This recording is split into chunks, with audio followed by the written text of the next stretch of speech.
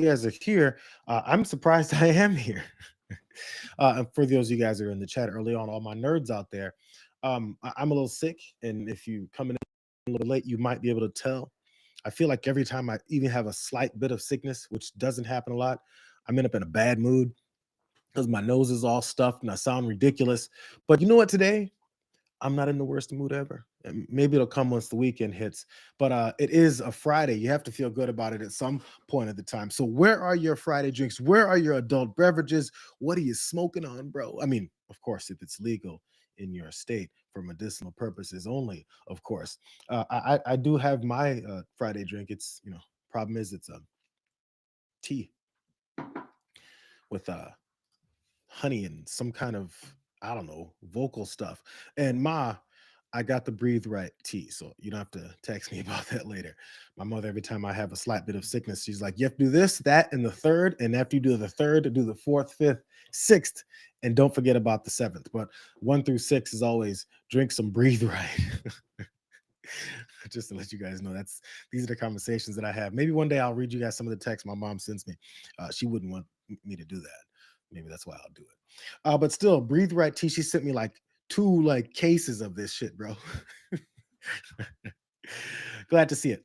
So I still look forward to live vicariously through you guys and all the fun actual drink you guys can have today while I do this and take pills that are in my pocket that I still haven't taken. Damn it. There they are. There. I'll take those soon. Anyways, whatever. Let's get started. This might be a bit of a disjointed mental day for me because, again, it's cloudy up there. We're going to get started, though. And since we're talking about health, specifically, in this case, we'll talk about public health. One RFK Jr. Has the CDC and HHS all upside down because of his extreme and utter incompetence. It keeps unfolding and things keep changing. Let's go ahead and start with what it is that this guy said just yesterday, I believe, if not the day before, and see if anybody should trust this guy's mental state.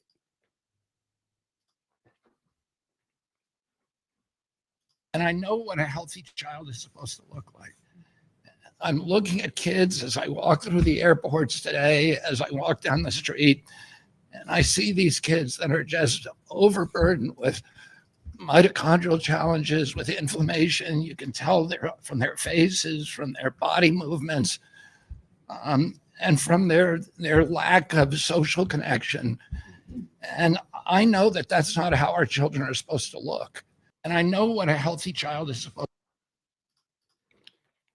Despite all the turmoil and madness going on around RFK Jr. and his craziness at HHS and the firing of CDC folks, he decided to put his face in front of the camera and say that he's watching children at airports. First of all, bro, calm down. Stop doing that. You're working for Donald Trump, and we already got too many issues around children and cover-ups. But still, he's looking at children in the airports, and right away he can see that got mitochondrial challenges going on, and that they have this. He knows what a healthy child is supposed to look like, as he tried to take his children or grandchildren, whoever it was, into this a soup of shit around Washington D.C. in this sludge-filled river that he was swimming in. But he also noticed they have a lack of a social connection. I'm gonna go back to my first point, bro. It's because you're staring at them in the middle of the airport and they're clutching onto their parents like, that weird old man keeps looking at me, ma. Maybe that's what Robert F. Kennedy was noticing. But something else that he is also noticing is that he continues to fire people that are competent. And finally, maybe something might be changing. Maybe you guys heard about it. If not, I'll update you here.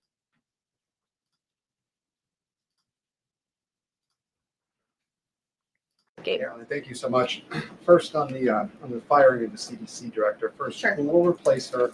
And then also, overnight, the White House said that she did not align with the president's agenda. Dr. Menard's attorney say that she refused to rubber stamp unscientific, reckless directives and fire dedicated health experts. What specifically did she do wrong? Look, what I will say about this individual is that her lawyer's statement made it abundantly clear themselves that she was not aligned with the president's mission to make America healthy again. And the secretary asked her to resign. She said she would, and then she said she wouldn't. So the president fired her, which he has every right to do. It was President Trump who was overwhelmingly reelected on November 5th. This woman has never received a vote in her life, and the president has the authority to fire those who are not aligned with his mission.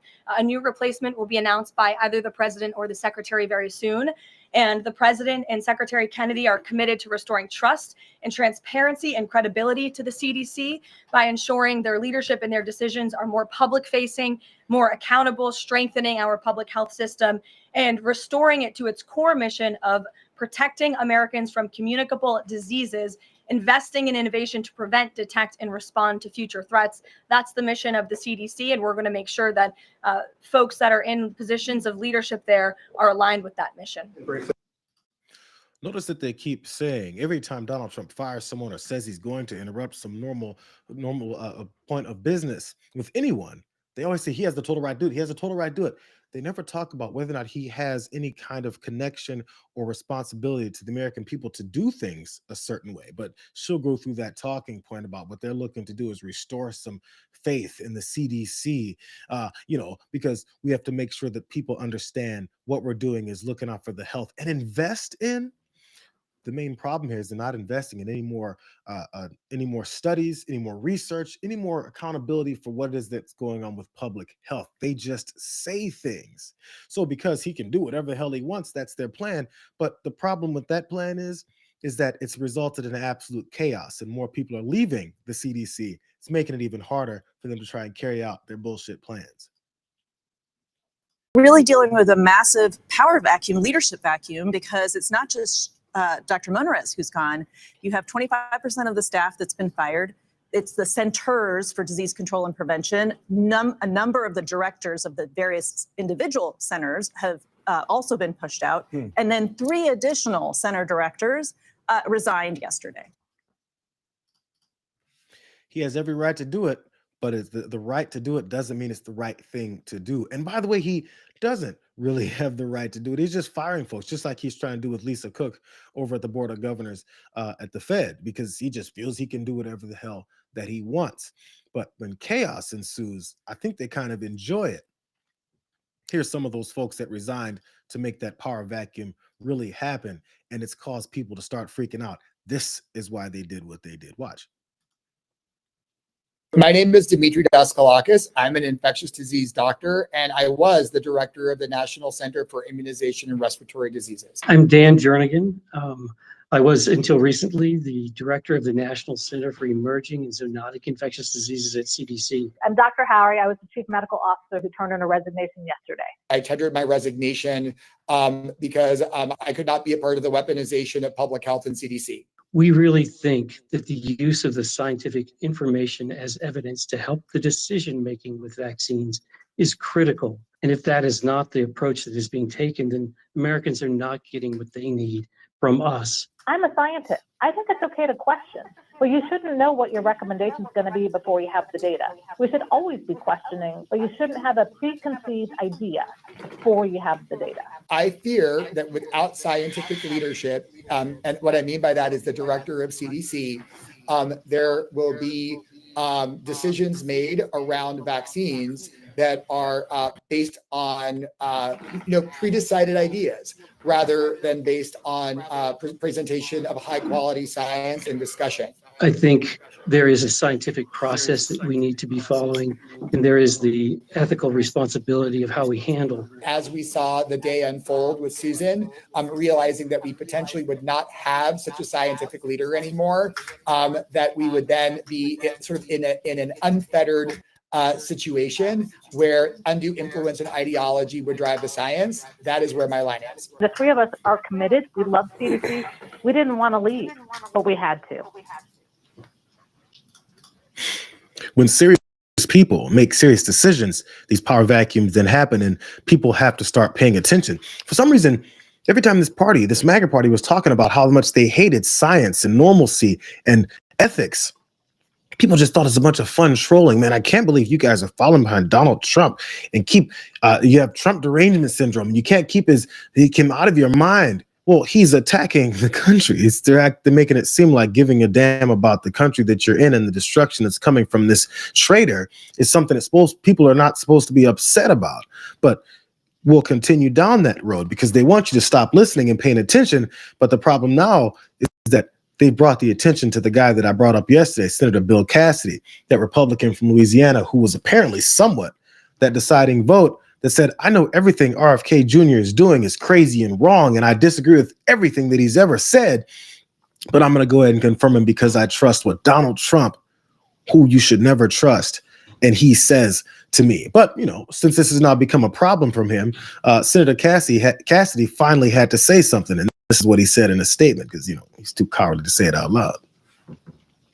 He's calling for a vaccine committee meeting to be postponed. They have this upcoming because of all these folks that are leaving. He says serious allegations have been made about the meeting agenda, membership, and a lack of scientific process being followed for the now announced September ACIP meeting.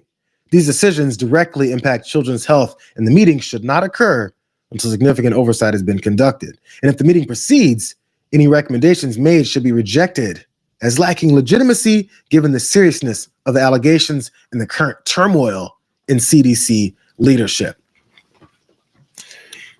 Cassidy is a doctor before he became a senator, and now that he's a senator, he touts how he's a doctor. But the problem with people now knowing that is you have to back up your knowledge about vaccines, which he extensively talked about, and then you have to not follow behind someone who promised you, as some part of the negotiations you had in confirming this guy.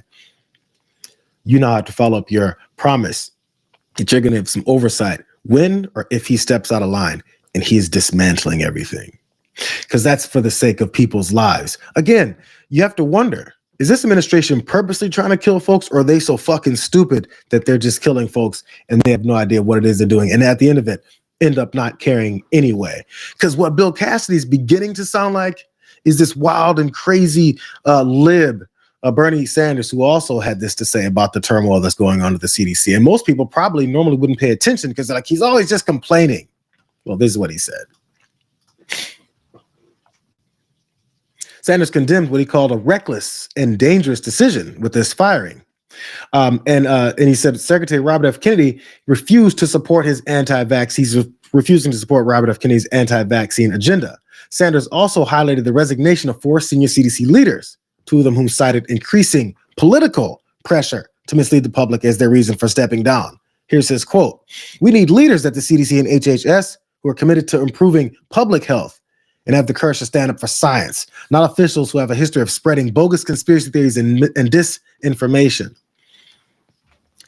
They may call that radical and crazy and out there, but finally, maybe we'll start seeing it now. They're attacking our healthcare system. They've been attacking our access to healthcare. They've been getting in between you and your doctor. And now, after the whole thing with vaccines that we saw this quack run up and say in front of Congress and the Senate before he got confirmed, now we're seeing it in action. Similar to the things that we saw this quack president doing as he ran and campaigned. And it was all just a bunch of funny memes and he's just trolling you guys. But when trolling turns into policy, we all become trolls and start dying off the way that apparently they don't realize what happened. But I want to bring up this one point. We're seeing the turmoil, but we haven't seen exactly what it is that they were doing behind the scenes. And you won't be surprised to find out it was based on illegal requests and activity that also led to the eventual firing of this CDC head. In my conversation with her, I asked her whether there were any lines that she was unwilling to cross as CDC director, because that's so critical when you're in a technical position running an agency like the CDC. And what she said to me was that she said that she would never do anything that was illegal. And that she would never do anything that flew in the face of science. And that on Monday, she was asked to do both of those things. She was asked to fire her leadership team, who were talented civil servants. And she was asked to agree to endorse whatever recommendations came out of the advisory committee to the agency on vaccination. And we've already seen recommendations come out of that newly formed body that are not evidence-based. And so she was told to resign, and she said she refused, and so she fully expected that she would be fired. But at the time we spoke yesterday, that had not taken place yet. She was told to fire a bunch of folks that aren't figureheads and yes men. I mean, sounds like that's what they've implemented in every other aspect of this administration. But she was also told that she's supposed to then become a yes man and a figurehead and to follow along with whatever it is that quackhead RFK Jr. tells her to follow along with. So he's looking to use her expertise, her name, her professionalism, her scientific background, along with the rest of these other actual professionals, use their names and their experience and their credibility for this idiot to then kill us all. And then that would bring some kind of accountability and credibility back to the CDC that they baselessly said had none. This is the follow-up of, if we remember the COVID era when Donald Trump was in office and he said it wasn't real. If we remember that point when they ramped up their attacks on everyone that was doing things scientifically to get us past that pandemic, which of course COVID is still around now. We got the variants happening, and that's one of the problems that RFK Jr. has. He's like, wait a second, people might be able to protect themselves. I'd like to get in between them and the choice for their lives. It's weird how everything they said their political opponents were doing is exactly what it is they're doing. Lastly, though, Dr. Ari, who was one of the those folks who resigned after the CDC head was fired, she had a bit of a stark warning as what it is and how important this really is and why I've been talking about this for the past few days. CDC is in trouble. Public health is in trouble. We need people to pay attention. I am very concerned other leaders are going to leave, and we already don't have enough staffing with a lot of the reductions in force and terminations that recently happened. So we're not going to be prepared for another outbreak should it happen. We can't prevent chronic diseases in communities because we don't have the resources anymore. This is why it's serious. They've done the same thing with FEMA. There's people that have disaster that they don't get their release from natural disasters that happen in their communities. And this president always has the same answers. F you, I want your money. You don't get it. What'd you do for me? So when we have staff shortages, we have non-professionals making things up on the fly. What you'll have is death.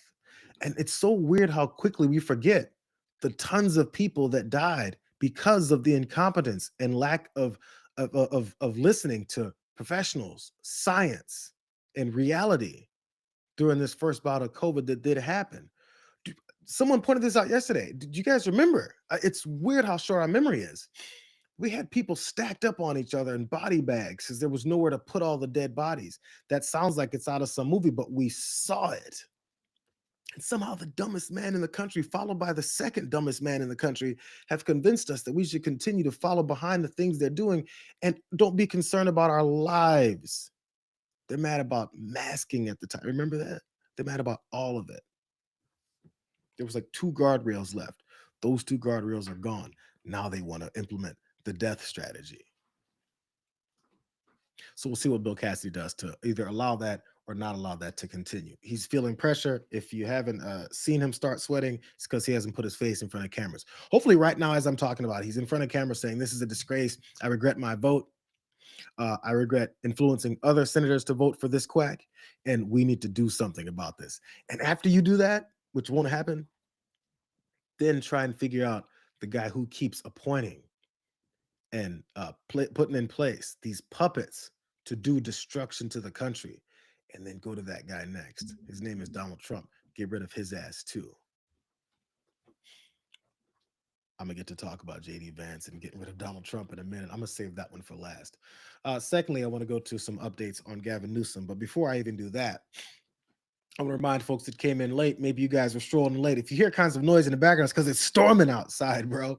So if you hear trickling, it's not just me sweating because it's hot in here. It's because there's water flowing down everywhere. We got a downpour going on. That's number one. Number two, I'm sick. So eventually maybe I'm gonna blow my nose here. Probably won't because that'd be nasty. But you will hear increasing stuffiness from my head. And I'll also be drinking on my tea. Give me a second. It's Breathe Right. My mom sent it to me. Yeah, I'm 45 years old. My mom sent it to me. And number 3, 4, 5 is I hope you guys enjoying what's happening here. We're gonna, if to keep things going, please like, subscribe, share it. The most important, share the stream with folks as they know we do this every day at midday. And when you go over to TDR Next, let those fools over there know too. He could have a whole hour of all this talk about the things that are going on in the world with angles and details that maybe you didn't know, because I run everything through video. And afterwards, they go right back up on the channel for you guys to check out later in case you missed it, or in case you guys are catching those audio problems that I keep hearing you talk about. Sorry, bro. Maybe we should send some angry worded emails to YouTube, because I'm seeing it clean from my point of view. I'm just saying. But I'm glad you guys hang in there. I can understand the frustration. I'm working on it every chance I get those suggestions. Also, that's right. That's what else I wanted to say. I usually don't go to comments in the middle of what we're going, but I did see that Katrine Kane on the feed, on the chat, said life is better with a daily dose of watch list, and dropped a super chat. I appreciate that, man. We don't get super chats here that much, but that's lovely. Glad to see it, and I appreciate you more than you know. Also, I've seen this multiple times. Fubar Total continues to ask me if I've lost that Blackhawks hat. It's right there. It's right over there. I just saw it this morning. I just haven't worn it in a minute, just because, you know, I have to feel with the right outfit. I assume you're the one who sent that to me. I've had loads of hats come in over these last few years of this constant hat wearing that I do. And I appreciate every one of you guys. But maybe I'll break it out on Monday. I just have to keep it in my mind. Only if you're here, Fubar. Only if you're here. If you're not here, you're gonna miss it. You know, I did wear it like 2 weeks ago though. Anyways, let's move on then. Enough of that talk. Enough of that time wasters. We got so much happening. I'm sorry, it's not time wasting. I love interacting with you guys. Lastly, I told you I'm sick, so I'm up to the right, I'm down to the left, and then I'm somewhere in between. My brain is jumping, bro. I'm trying to figure this whole thing out, so please, bear with me. Let's move on to Gavin Newsom. The trolling apparently is continuing to happen, and conservatives and MAGA folks continue to pull their hair out over it. And they can't get the one point that Gavin Newsom's team continues to make every time they troll and mock and mimic this president and his foolishness, because it's actually twofold. What I would like to know is when they're going to figure it out. Still, the points are being made. Here's Gavin Newsom.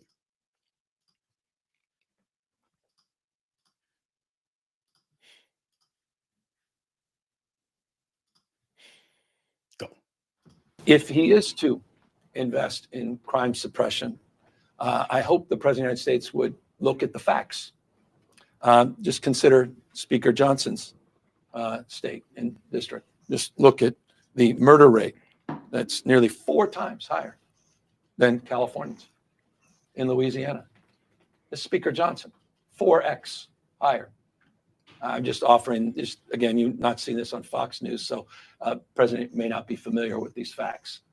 So I want to present some facts to the President of the United States, and imagine this is alarming to the President to learn these facts. Mississippi leads the nation as the #1 murder state in America. Imagine this in particular may resonate with the President of the United States. It's got a murder rate 180%.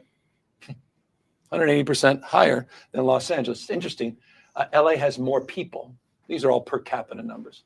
More people than Los Angeles. Perhaps the president could deploy the National Guard in every corner of Mississippi. And the fact remains, if the president is sincere about the issue of crime and violence, there's no question in my mind that he'll likely be sending the troops into Louisiana and Mississippi to address the unconscionable wave of violence that continues to plague those states. Donald Trump doesn't like to be mocked. Donald Trump doesn't like his stupidity to be put on display by other folks. He always wants revenge for that stuff. Therefore, MAGA and the rest of his sycophants and all these folks within this party and his administration feel the exact same way. And they can't get by the fact that every time Gavin Newsom mocks him, as he mocked him with that fake cabinet style meeting with folks standing behind him, as he pointed out all of the crime that goes on in red states, in red controlled cities, with pictures, because apparently people can't see it without a photo that Donald Trump likes to hold up. They can't get beyond the fact that he's making fun of them, on top of actually giving some facts. It's twofold. It's weird how they don't get that part. He even had like a post about how all the folks are in the media room and everyone's your favorite governor is having another press conference. He's doing it at an extent that they can't really figure out. So all they can do really is complain. But you know what it does do? This is the part that I do like. It makes the people that he call out it makes them have to respond in ways that they never felt they had to respond before. One of those folks is Speaker of the House, Mike Johnson. But he name dropped you personally yesterday, essentially trying to say that crime is worse in Louisiana than it is in California. Take a listen. We'll get your thoughts. If he is to invest in crime suppression, I hope the President of the United States would look at the facts. Just consider Speaker Johnson's state and district. Just look at the murder rate. That's nearly 4 times higher than California's in Louisiana. Have at it. Again, Gavin Newsom will do anything for attention. He can name drop me all that he wants. He needs to go and govern his state and not be engaging in all of this. Look, we have crime in cities all across America, and we're against that everywhere, and we need to bring policies to bear. My hometown of Shreveport has done a great job of reducing crime gradually, but we've got to address it everywhere that it rears its ugly head. And I think every major city in the country, the residents of those cities are open to that and anxious to have it. And we're the policy, we're the party that's going to bring that forward. I look forward to that in the days ahead. Principally, though, how He has to now answer on Fox News why crime in his state and some cities are as high as they are when they never have to do that before. You see how that works? Gavin Newsom has these mocking press conferences, and they get so mad about it. Even the anchors and the producer on Fox News go, "We have to talk about this because he can't be offending our president. That's our king." And so they even ask this guy, Mike Johnson, who, by the way, did you hear him mention that the National Guard and that armed troops have to then go into his state? Did you hear him say that part? I think people might start noticing that even though he has to admit that there's a crime-ridden state and crime-ridden cities in the place that he represents sometimes, that then they don't want boots on the ground. And people maybe start to see the hypocrisy surrounding these folks. The other thing they might start to see, because again, this keeps getting brought up on Fox News, to higher up and big named MAGA Republicans, they end up saying stupid shit because JD Vance put his face in front of the camera and man, he stepped in it. You bring up humor. Gavin Newsom sure thinks he's a comedian these days on social media, and so does much of the left. His polling numbers have gone way up since he started mimicking President Trump on social media. Yeah. What do you make of Governor Newsom? I make of Governor Newsom that you said he's mimicking Donald Trump, and I think that's exactly right. The lesson of Donald Trump, the lesson of President Trump in American politics is you've got to be authentic to yourself. And when I see Gavin Newsom trying to act like Donald Trump, that's the opposite of authenticity. He's not trying to be Gavin Newsom, whoever that is. He's trying to be a fake carbon copy of Donald Trump, and it just doesn't work. You can't mimic the king. You can't mimic the master. You ought to just go and be yourself. And I think that the American people would like that a lot more than a cheap imitation of the President of the United States. All right, you bring. Whoops. Did you hear him? Did you hear him? You can't mimic the king. You can't mimic the master. What a weak bastard. You sorry some bitch. You're gonna sit in front of a camera and go, "He's my king. You can't mimic him. You can't mimic my master." Does that sound American to you? Or does that sound like a subservient lowlife who won't do anything but get puppeted around by Donald Trump? This guy's Pinocchio, and Donald Trump's grubby ass fingers are controlling his ass every time. If you look closely, you might see the strings. And in the past few days, from this guy that JD Vance just called his king, he's been talking about how he wants to be a dictator too. And we're not supposed to take that seriously. Again, Fox News viewers might see him say that shit and go, "Wait a second. Donald Trump keeps talking about dictatorships. The vice president of the United States just called him a king and a master. Ew. Maybe we should start taking him seriously." The one thing that they had running for them every once in a while was they could continue to have this excuse. The left, the libs keep being obsessed with us because they don't get our jokes. The bad thing is they don't get this, not even joke, but this satire of this guy's entire existence as president, and also making sure that they have to respond to the facts that are brought up during those satirical moments. It's weird how they don't get it. It's so simple. In fact, it's not even like it's hidden. Every time folks that are behind Newsom's campaign behind this, because obviously it's not just Gavin Newsom doing this, they point out, are they going to start getting it yet? Do they see what's happening? If they call this ridiculous, Why don't they call Donald Trump's ridiculousness ridiculous? You know what else it did to JD Vance was that shooting up in Minnesota a few days ago. Republicans always talk about thoughts and prayers. It transcended all of these topics that they always like to do. So now JD Vance is talking about that shooting, and then he has to fight back with some of the pressure that they're getting that we always give them, and they write us off as a bunch of libs that actually care about the lives of children, when all they offer usually are thoughts and prayers. Now he has to explain himself, and that doesn't go well either. My final point on this is when I see far left politicians say, how dare you offer thoughts and prayers? You need action. You know, I don't care about your prayers. I care about what you're going to do to prevent this from happening. Why does it have to be one or the other?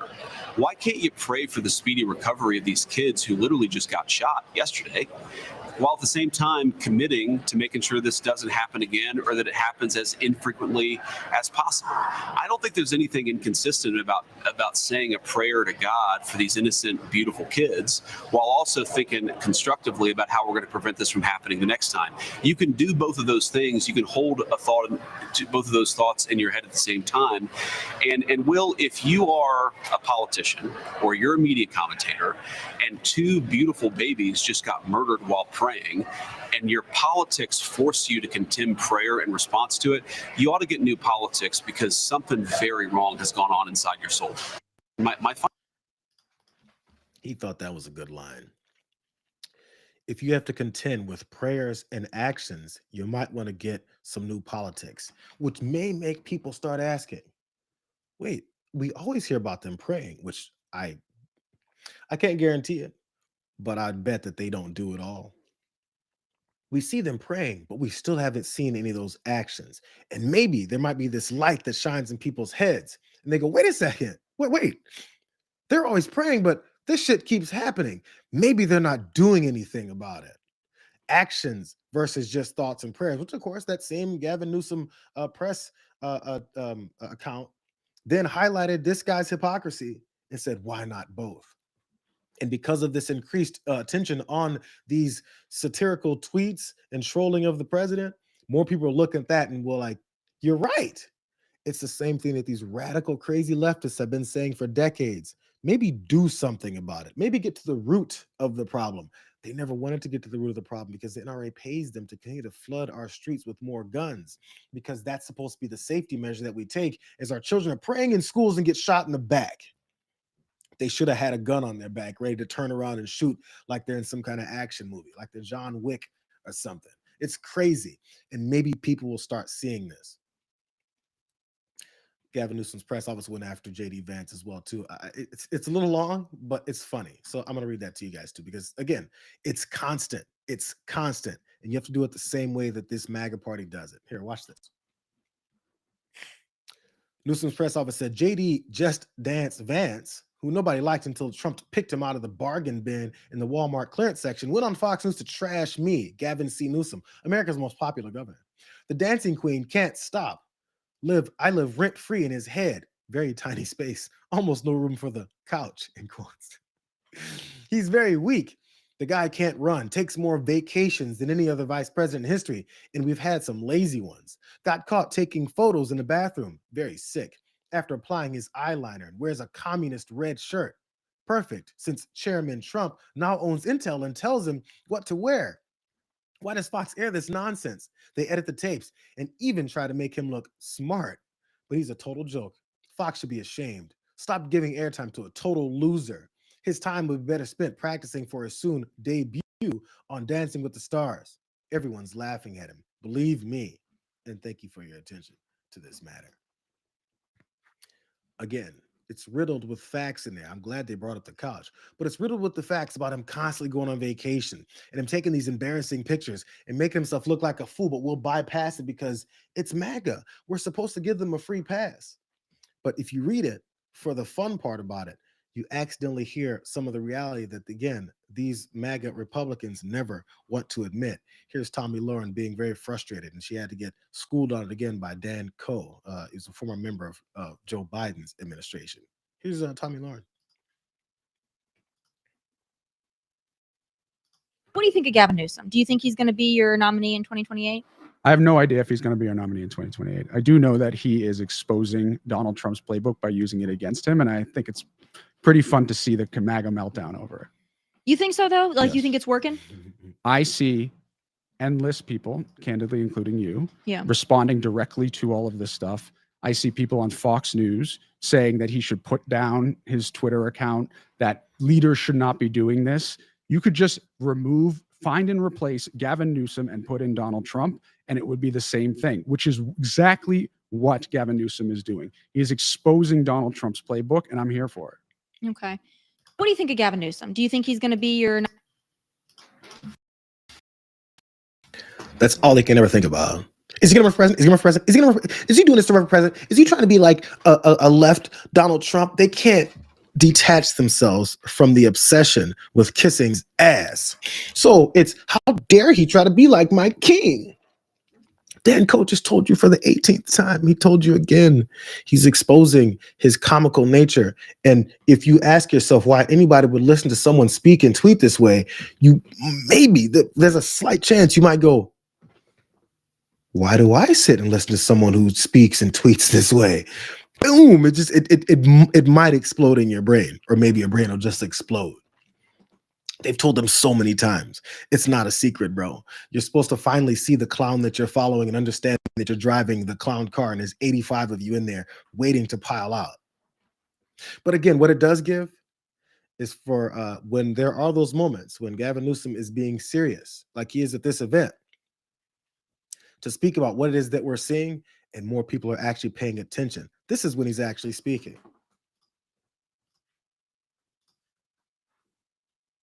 Stop. I don't think Donald Trump wants another election. I have 24 Trump 2028 hats.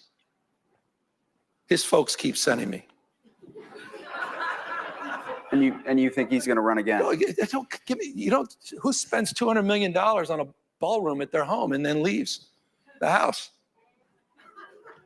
So this is serious, guys. This is serious. So it'll be Newsom Trump in 28. No, this guy doesn't believe in free, fair elections. He tried to wreck this country. Were you there January 6th?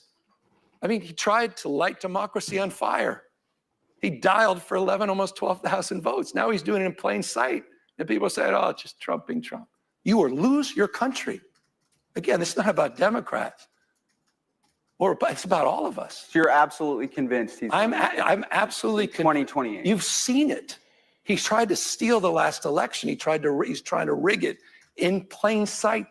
I'm on the other side of giving a damn about people's feelings about this moment. I will express myself more clearly and more concisely because I see the threats in very vivid terms in ways I never saw before.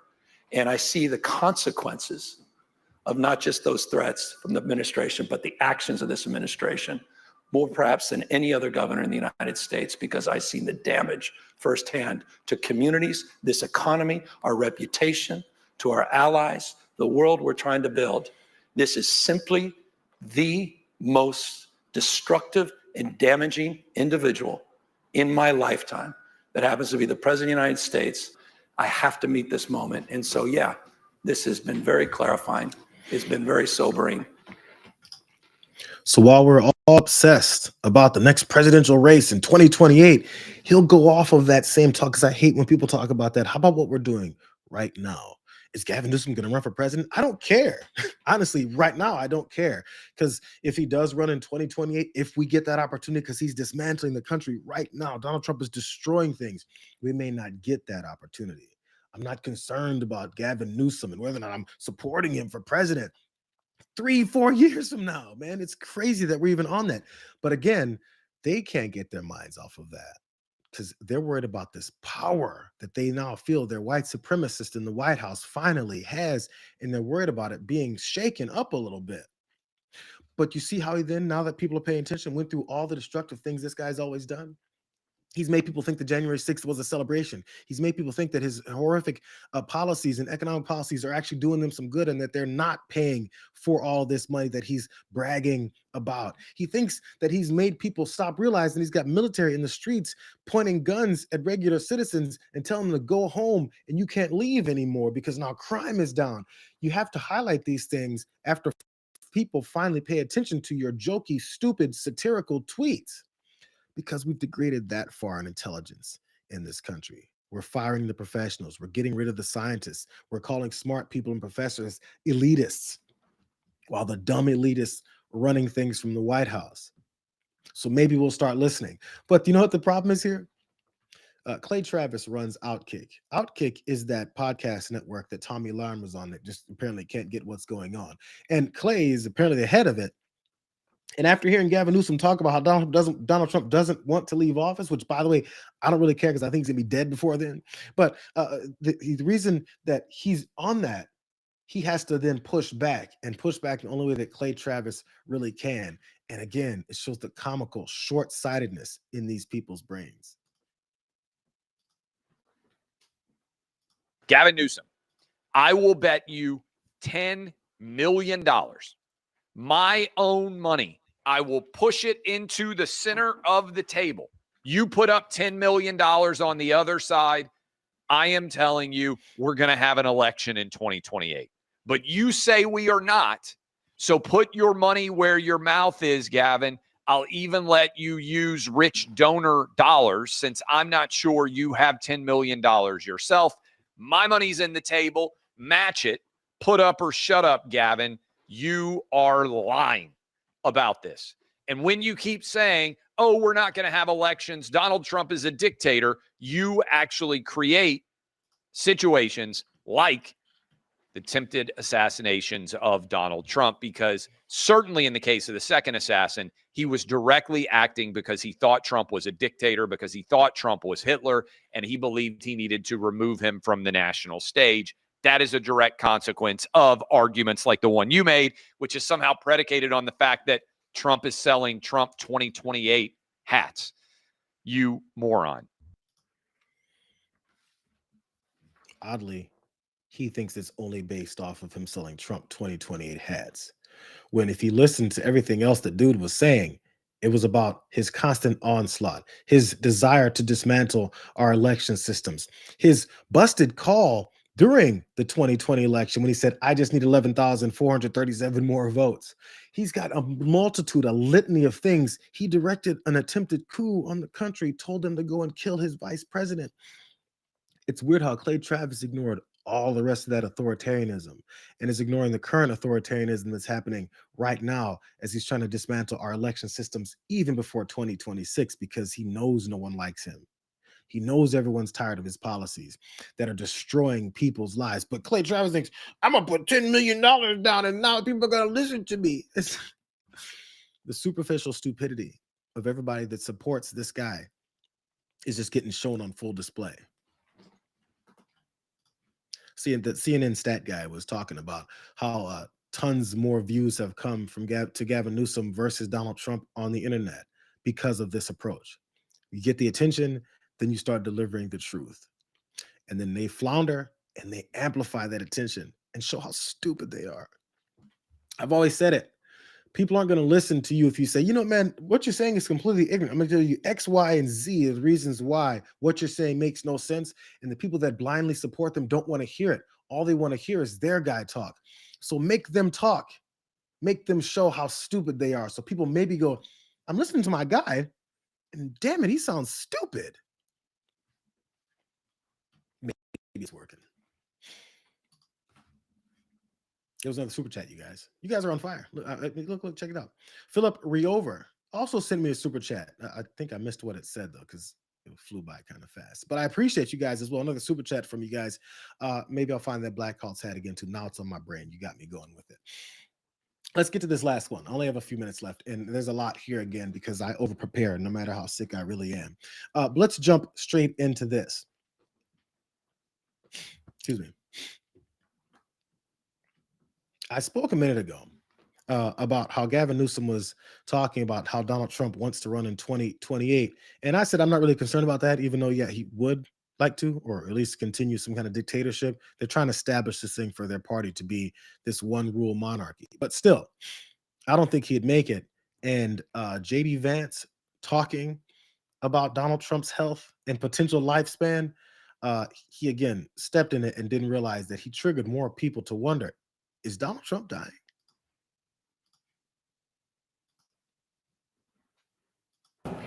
As vice president, you're a heartbeat away from the presidency. And your boss is one of the oldest people to ever be sworn into office. You're one of the youngest people to ever be second in line. Are you ready to assume the role of commander-in-chief? And why should Americans trust you to lead the country? Well, I've gotten a lot of good on-the-job training over the last 200 days, but also say that the president is in incredibly good health. He's got incredible energy. And while most of the people who work around the president of the United States are younger than he is, I think that we find that he actually is the last person who goes to sleep. He's the last person making phone calls at night, and he's the first person who wakes up and the first person making phone calls in the morning. So yes, things can always happen. Yes, terrible tragedies happen, but I feel very confident the president of the United States is in good shape, is going to serve out the remainder of his term and do great things for the American people. And if, God forbid, there's a terrible tragedy, I can't think of better on-the-job training than what I've gotten over the last 200 days. Hold on, they're still talking. JD Vance. JD Vance accidentally said it again. I mean, Donald Trump, I mean, God forbid, he's in the best health of his life. I mean, dude looks like a 19-year-old, let me tell you. But you know what? If he does die, I'm totally ready to step in. You know, if he dies like tomorrow, man, I haven't had better on-the-job training ever. I mean, if he does die, I mean, I'm ready for it. I mean, he's in good health. He just might die soon because he's old and I'm younger. It's one of those things that you don't want to keep hearing if you're a paranoid guy in the White House who doesn't like people to prepare his food unless he sees and trusts the person that's doing it because he's worried someone's going to poison his ass. He's one of those guys that might start looking over his shoulder because in this MAGA party full of thieves and criminals do thievery and crime. And sometimes they're waiting in the waiting just beneath you to maybe stab you in the back.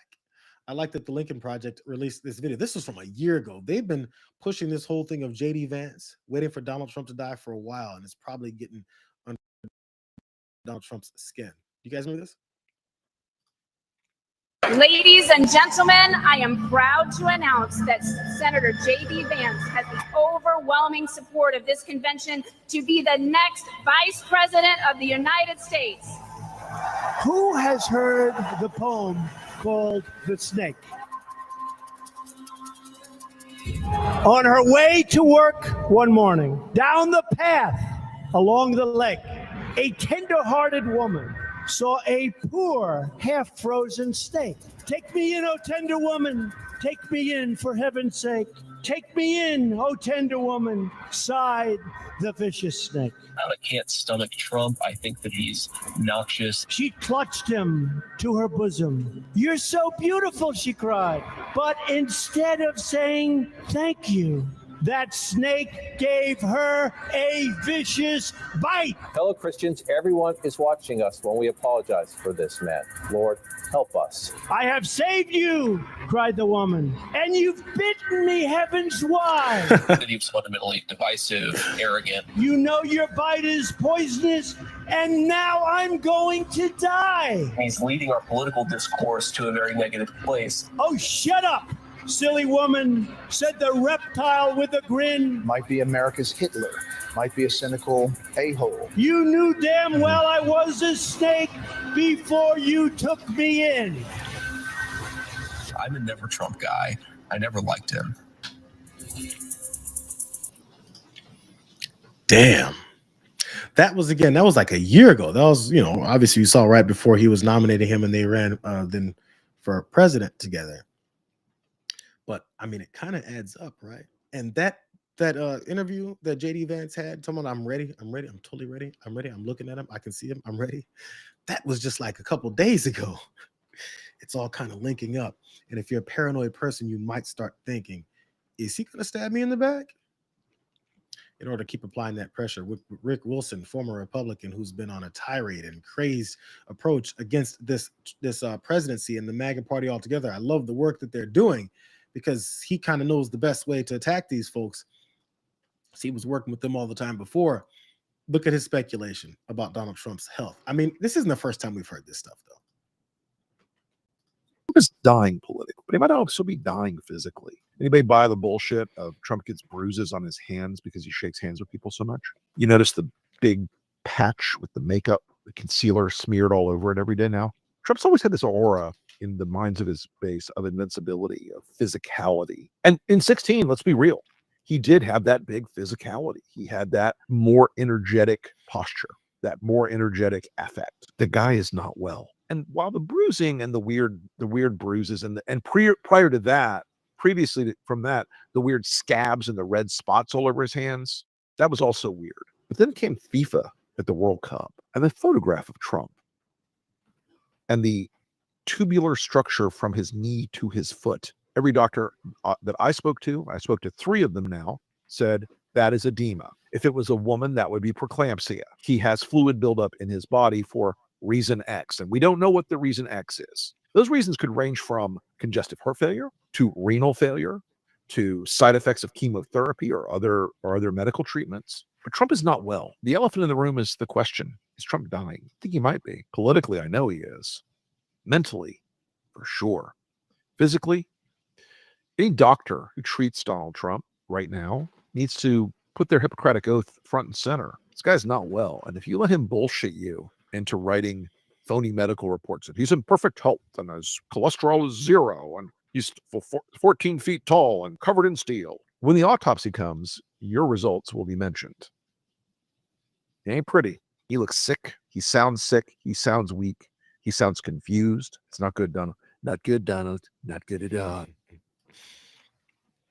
When you've become the type of person who's consistently on offense and always attacking people and calling them pieces of trash and names, similar to what Gavin Newsom's people are doing now, the attacks come back at you the same way. He thinks no one else can be vicious. He thinks no one else can hit him right in his dark soul where he has his small fears for his life. He thinks that people can't do it. And every time people do it, and then people want to get all offended and say, how dare you guys be so heartless? We go look at who you're following. The gloves are off, bro.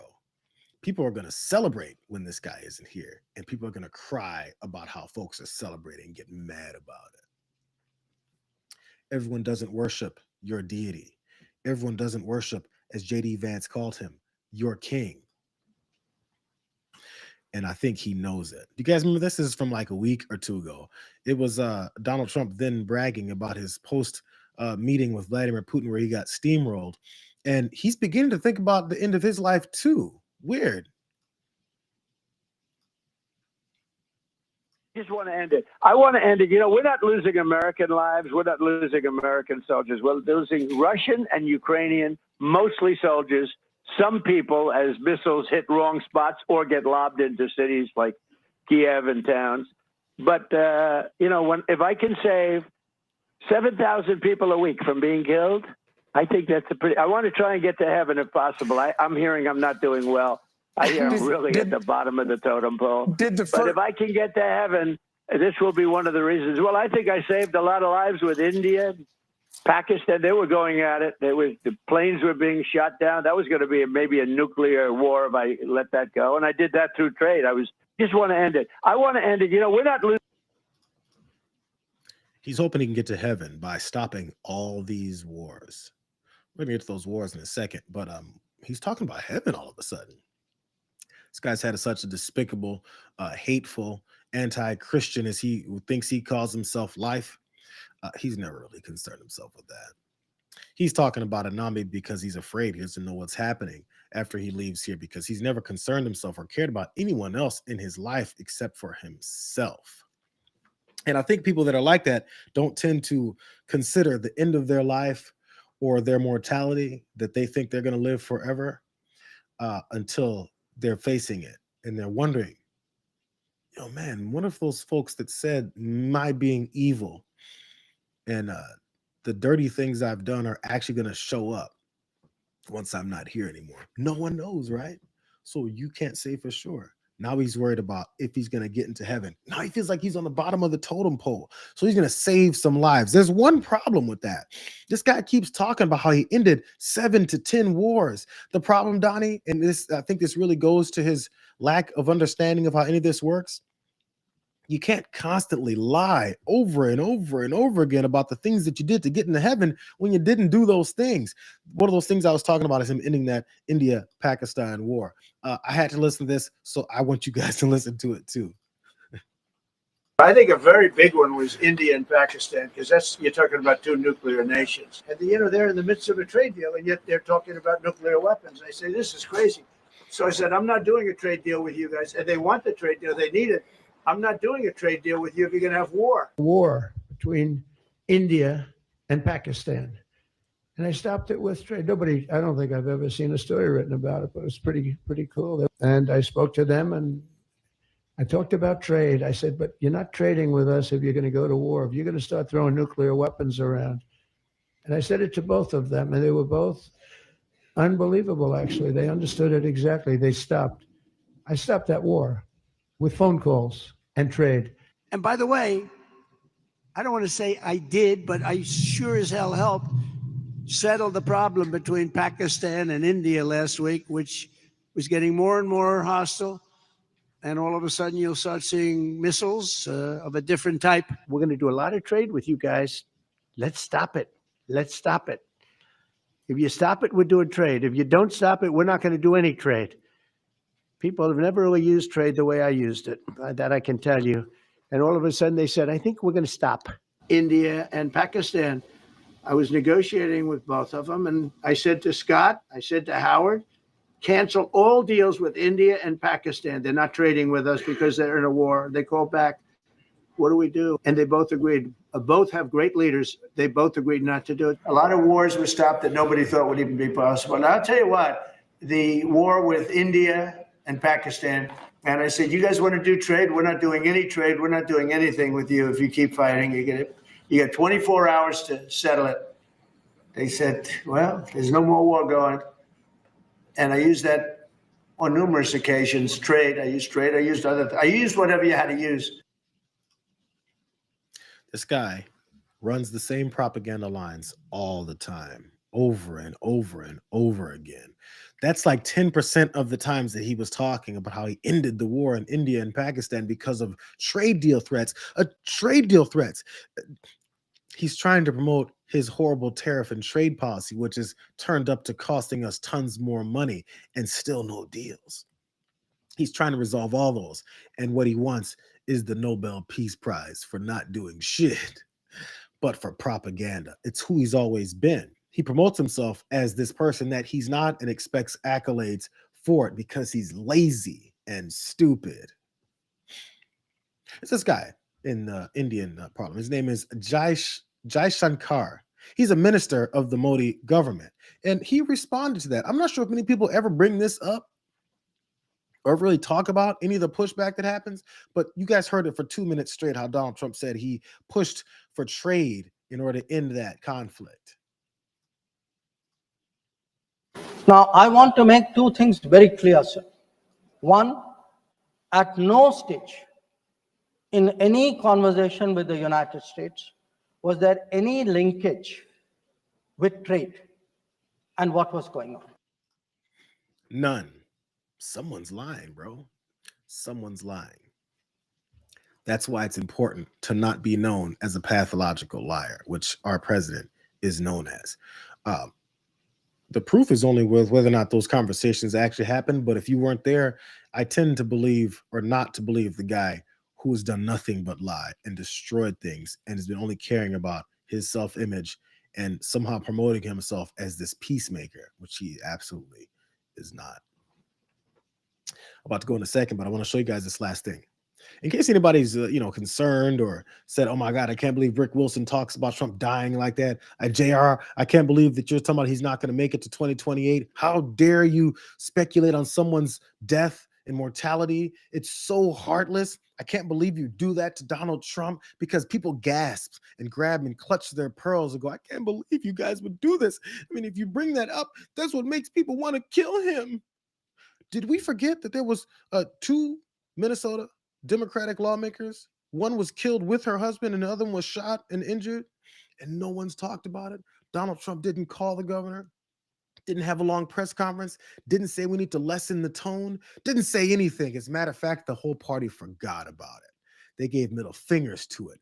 They blamed other folks for it.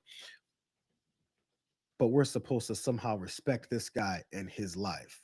He's set the stage. This is the temperature. This is what you're going to have to deal with. And I'm going to leave you guys with this. Do you guys remember when Joe Biden was diagnosed with that cancer earlier this year? Donald Trump was asked about it. Do you remember what he said? Look, he's been a sort of a moderate person over his lifetime, not a smart person, but a somewhat vicious person, I will say. If you feel sorry for him, don't feel so sorry, because he's vicious. What he did with his political opponent and all of the people that he hurt a lot of people, Biden. And so I really don't feel sorry for him. But look, he doesn't feel sorry for him. Why should anybody feel sorry for your ass? Because he's vicious and what he's doing to his political opponents, and he's been a horrible person his whole life. Those 3 things apply to him times 100. Why should anyone feel sorry for your ass when you openly, as president of the United States, will tell anybody in front of you that disagrees with you or criticizes you, I will bury you. I want you dead. I'll do anything in my power. And if you do get sick, I don't feel sorry for you. Just going to keep telling you guys who this guy is. And maybe we'll begin to understand the reasons why I hate this piece of trash is because he hates us. Thank you, guys. Happy Friday. Hope you enjoy your weekend. Another week in the watch party. Go tell the folks over at TDR that we had a good time. We got drunk off of tea and water, and I'm gonna blow my nose, and maybe I'll start feeling a little bit better. Hopefully back for the best damn day of the week. I hope you guys enjoy your weekend. Of course, you guys see these stories pop up again on the page. Go ahead and share those. Like them. Like the stream right now before you take off, so people know that we're doing this every day at noon. And in fact, give them that schedule when you go to TDR too as well. I appreciate you guys. It's been a tough day. We'll see you guys on Monday. Appreciate you. See you, Ma. Love you.